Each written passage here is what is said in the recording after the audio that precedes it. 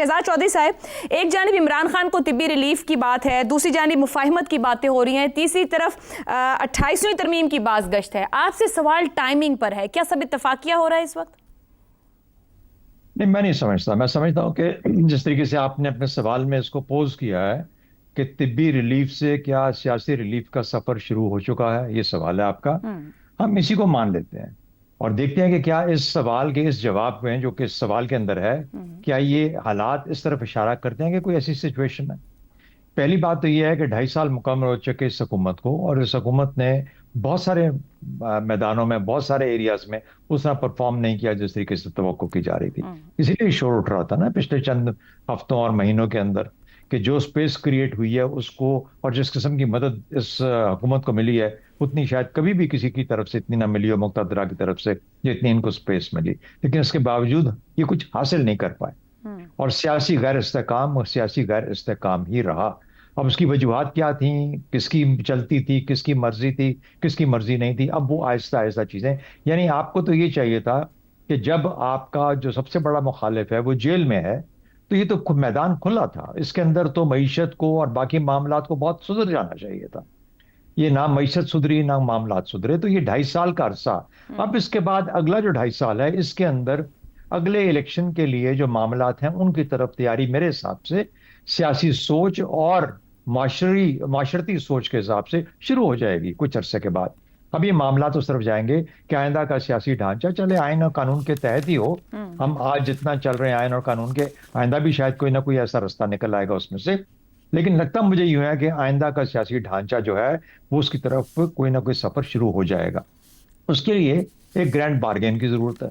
उस grand bargain में सारे सियासी लीडर आते हैं, हम्म। तमाम सियासी पार्टियां आती हैं। उसमें पाकिस्तान पीपल्स पार्टी भी शामिल है, पीटीआई भी है और पीएमएलएन भी है। तो पीएमएलएन इस वक्त तो अच्छी बच्ची बनी हुई है और बिल्कुल अच्छा काम कर रही है, हाँ। खासतौर पर जो हुकूमत की शक्ल के अंदर, लेकिन कुछ हासिल नहीं कर पा रही। तो पहली बात हुई। दूसरी बात, 27 सितंबर का मामला जो हमने पहले जिक्र किया था, जो था वो एक लटकती तलवार ऐसी थी, वो प्रेशर था।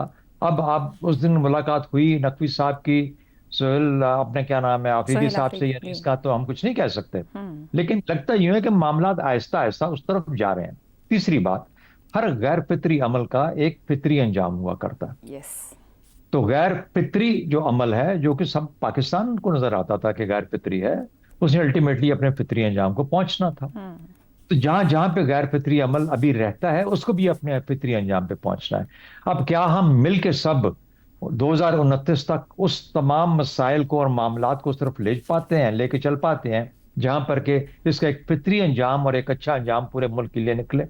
इसकी हम दुआ भी करते हैं और इसकी एक उम्मीद भी पैदा होती है कि शायद हर तरफ ही सोच कुछ ना कुछ बदली है, तब्दीली के इशारे जरूर हैं और ये नजर भी आते हैं। तो मेरा अपना ख्याल ये है कि इसको बिल्कुल से हमें डिसमिस नहीं करना चाहिए। हम्म। इसमें पाकिस्तान की तारीख भी ऐसी है, क्योंकि पहली मर्तबा हुआ नहीं है, हम्म। बहुत मर्तबा ऐसा हो चुका।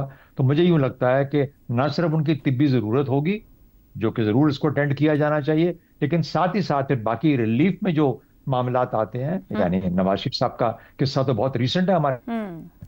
किस किस्म की रिलीफ दी गई, हम्म। मरियम बीबी को हम्म। किस किस्म की रिलीफ दी गई, ये अब सब सब चीजें हमारे सामने आती हैं। तो फिर लगता है कि ये रिलीफ भी सियासी रिलीफ में हो सकती है। शहजाद साहब, कतर और मेरा कलामी, अपना यहाँ एक ख्याल सवाल आपसे और। जी। आपने कहा कि इत्तफाकिया नहीं तो ऑब्वियसली प्लान्ड है, जो कुछ भी बिहाइंड द कर्टन्स हो रहा है, जो भी अंडरस्टैंडिंग है। दूसरा सवाल यहाँ पे, इसको भी थोड़ा एड्रेस कीजिएगा। लर्निंग हुई होगी इस 8-10 महीनों में। आपने नवाज शरीफ का भी जिक्र किया, वो नवाज शरीफ जो वोट को इज्जत दो से शुरू हुए और फिर वो नारा भी भूल गए। आपको लगता है इस केस में भी ये 10 महीने, 2-2.5 साल ने कोई लर्निंग करवाई होगी, नजर आएगी? देखिए दीवार के अंदर कोई भी सर मारे तो सर भी पाश पाश हो जाता है, और बार बार मारे और बहुत सारे कोई और लोग भी सर मारे तो कभी दीवार भी पाश हो जाती है। ठीक। तो मैं समझता हूं कि ये जेल का जो मामला होता है, जो लोग जेल में रहे हैं वो ज्यादा बेहतर इसके बारे में बता पाएंगे। लेकिन जो पढ़ा है, हम्म। जिस हद तक हम पढ़ चुके या समझ सके, तारीख जो है वो ये बताती है कि हाँ, सोचें भी बदलती हैं, जहन भी बदलते हैं, दुरुस्त। ख्यालात पक्के भी होते हैं, थोड़ी सी ठीक। मैच्योरिटी भी आती है और बहुत मैच्योरिटी आती है। दुरुस्त हो जितना गया। टाइम आपको रिफ्लेक्शन का अकेले में मिलता है, शायद उससे तब्दीली बेहतर लाता है। उस्ताद और कोई नहीं होता। दुरुस्त हो गया, तो मेरा दुरुस्त हो अपना गया। ख्याल है कि किसी एनवायरनमेंट में अपने आप को सरवाइव कराना ना, हाँ। हम कहते हैं कि जब एक माहौल है उसमें अपने आप को, हम्म। कोई मोमिन माहौल के मुखालिफ नहीं चलता, ठीक हो गया। अपने असर के मुताबिक चलता है। तो तो मेरा अपना मैच्योरिटी ख्याल और है जब भी तब्दीली होगी। जी। जब ये सब चीजें इस तरीके से अब आप कंसिडर करते हैं तो फिर देखते हैं कि क्या मेरे ख्याल में तो होगा, जरूर होगा ठीक है, कि इमरान खान के सोच में भी कुछ ना कुछ कहीं ना कहीं पे कुछ मैच्योरिटी और तब्दीली जरूर आई होगी। दुरुस्त हो गया। शहजाद चौधरी साहब, हमने देखा भी जब पीपल्स पार्टी 2008-9 में हुकूमत में आई तो काफ लीग यानी चौधरी परवेज इलाही का खानदान, जिनकी उनकी एक दुश्मनी थी, मगर वो सियासी तौर पर बहुत उन्होंने साथ वर्किंग उसमें रिलेशनशिप में काम किया।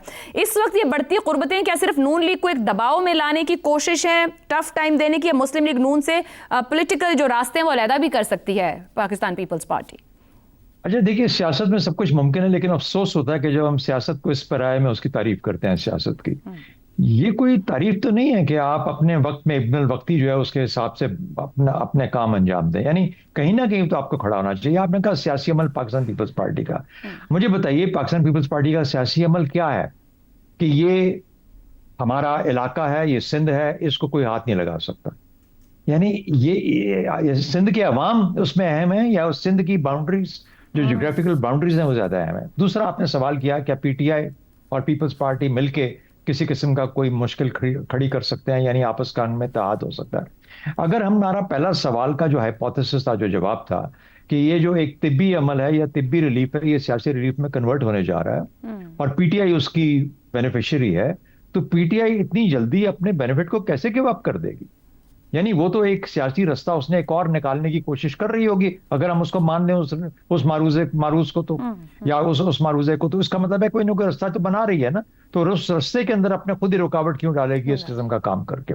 हाँ, ये कर सकती है कि मुलाकात करने में कोई हर्ज नहीं है, और अगर उसी से कोई और एक पॉजिटिव इफेक्ट या एक बेनिफिशियल इफेक्ट, पॉजिटिव तो नहीं बेनिफिशियल इफेक्ट आता है, तो वो उसको जरूर हासिल करेगी। देखिए, आपने कहा 28वीं तरमीम, एनएफसी और सूबे, चौथी चीज एक और शामिल कर लें, नहर। अब इन चारों चीजों के अंदर, नहरों या पानियों को मिला के, ये जो चार चीजें हैं, इसमें सिंध ने एक दीवार बन के खड़ा है कि इन चीजों में से कुछ भी नहीं होने दूंगा। अब सवाल ये किया जाता है कि बहुत जीरक सियासतदान है, जीरक मैं बताता हूं किस लिहाज से, वो सदर भी रहेंगे, पीपल्स पार्टी पावर में भी रहेगी, और कोशिश होगी कि चारों में से एक भी काम ना हो। हाँ, फिर ये सियासत है जो कि हमारे यहाँ चलती है। ये इसमें से ये नहीं देखना कि इनमें से पाकिस्तान के लिए कौन सी चीज जरूरी है या किस अवाम को कहां पे किस चीज का फायदा पहुंचता है। आप ऐसे ऐसे नारे लेके खड़े हो जाते हैं जिनकी कोई अवाम के साथ कोई ताल्लुक नहीं होता, तो मुझे उसमें कोई सियासत नजर नहीं आती, उसमें बदकिस्मती से जिद ज्यादा नजर आती। ठीक हो गया। आमिर साहब, हमारी सियासी तारीख तो रही है कि लीडर्स तिब्बी रिलीफ से सियासी रिलीफ की तरफ पहुंचे हैं और यही हालात रहे। क्या बानी पीटीआई सियासी रिलीफ के लिए 28वीं तरमीम पर गुडविल जेस्चर देंगे? अशय का सारा इन्हिसार इस पे है, इसमें कोई शक नहीं है कि तिब्बी रिलीफ और सियासी रिलीफ का पाकिस्तान की सियासत में बड़ा गहरा ताल्लुक रहा है। लेकिन मौजूदा हालात में इस तिब्बी रिलीफ का सियासी रिलीफ में बदलने का इन्हिसार जो है वो इस चीज़ पर है कि वो सियासी रिलीफ का ऑब्जेक्टिव क्या होता है। मुझे यूँ लग रहा है कि ये सियासी रिलीफ का ऑब्जेक्टिव जो है वो पीटीआई है। पीटीआई के साथ एक सियासी रिलीफ का अमल जो है वो शुरू हुआ है, और इमरान खान जो उसके अंदर एक बहुत बड़ी रुकावट थे। पीटीआई के साथ आप कोई बात करते थे तो सबसे पहले उनकी जेल टर्म, उनसे मुलाकातें, उनकी सेहत का मामला जो सामने आता था, वो टेम्परेरीली डिफ्यूज़ करके पीटीआई के साथ कोई बातचीत के रास्ते खोलने की कोशिश की जा रही है। क्योंकि अगर वाकई वो इतनी संजीदगी वाकई मौजूद है जितनी के बताया जा रहा है, उसके अलावा गवर्नेंस को आप इम्प्रूव नहीं कर सकते, उसमें ज़रा सी भी संजीदगी है, तो उसके करने के तरीके के लिए पीपल्स पार्टी और नवाज लीग जो हैं वो मिल के भी कुछ नहीं कर सकते जब तक उन्हें पीटीआई से सहारा ना मिला। सो मुझे ये तो बिल्कुल नहीं लगता कि ये जो सियासी रिलीफ की अगर हम बात करें तो उसका फोकस इमरान खान हो सकते हैं। एंड आपको के सामने इसके माजी में कई एग्जांपल्स भी हैं। नवाज शरीफ साहब का एग्जांपल लेटेस्ट एग्जांपल है आपके सामने कि वो भी एक सियासी रिलीफ के तहत ही बाहर भी गए और फिर वापस भी आए। लेकिन क्या हुआ 2024 के इंतखाबात के अंदर ऐसे हालात पैदा कर दिए गए कि वो वापस बतौर वज़ीर आज़म जो है वो नहीं आ सके। So it's a very tricky game that has started. लेकिन पहली बात तो ये है कि अल्हम्दुलिल्लाह एक अच्छी खबर सुनने को आई, किसी महज़ब मुल्क का एक मकबूल लीडर जो है उसको अपनी बेसिक हेल्थ के लिए इतनी ख्वारी और इतनी ज़िल्लत नहीं उठानी पड़ती जितनी इनकी पार्टी और इमरान खान साहब ने उठाई है। शुक्र है वो मामला तो ख़त्म हुआ, लेकिन इससे आगे चल के मुझे इमरान खान क्या करते हैं और क्या नहीं करते उससे ज़्यादा उन बातों और उन मुलाकातों में ज़्यादा दिलचस्पी होगी जो हुकूमती जमातों और PTI के बीच में होती हैं या हुकूमती दूसरे हुकूमती अहदेदारों और PTI के बीच में होती हैं, क्योंकि उनकी पार्टी का आने वाले फैसलों के अंदर उनकी पार्टी की रजामंदी जो है और उनकी पार्टी की शमूलियत जो है वो बहुत ज़्यादा अहम है।